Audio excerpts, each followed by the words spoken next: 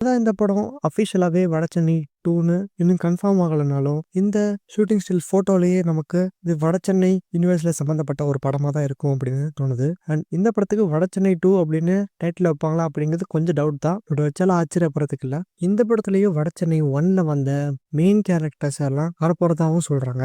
அதாவது ஆண்ட்ரியா அவர்களோட கேரக்டர், கிஷோர், அதுக்கப்புறமா சமுத்திரகனி இவங்களோட கேரக்டர் இந்த யூனிவர்ஸ்லயும் ஒரு மறக்க முடியாத கேரக்டர். அதனால அவங்க இந்த பார்ட்லயும் நடிக்கிறதுக்கான வாய்ப்பு ரொம்பவுமே அதிகம். சிம்பு அவர்களை இந்த பார்ட்ல கேஸ்ட் பண்றது இப்போ ஃபேன்ஸ் மத்தியில ஒரு ஆரவாரத்தை கிரியேட் பண்ணிருக்கு. அதாவது என்னதான் தக் லைஃப் படத்தோட ரிவ்யூ பாசிட்டிவா இல்லைன்னா கூட சிம்பு அவர்களோட ஆக்டிங் அந்த படத்துல எல்லாருமே ரொம்ப நல்லா இருக்கு அப்படின்னு சொன்னாங்க. ஸோ அதை தொடர்ந்து சிம்பு அவர்கள் லைனப்ல இப்போ சில படங்கள்லாம் வெயிட்டிங்ல இருக்கு. இந்த சமயத்துல அவரு வெற்றிமாறன் அவர்களோட அதுவும் வடசென்னை மாதிரி ஒரு யூஎஸ்ல இருக்கிற படத்தோட இணையிறது ரொம்பவுமே சிம்புவோட கெரியருக்கு யூஸ்ஃபுல்லா இருக்கும். இப்போதைக்கு கிடைச்சிருக்க தகவல் படி கேமியோ ரோல்ல நெல்சன் அவர்கள் மட்டும் இல்லாம இன்னும் 2 பெரிய கேரக்டர்ஸ் கேமியோ பண்ண போறதா சொல்றாங்க.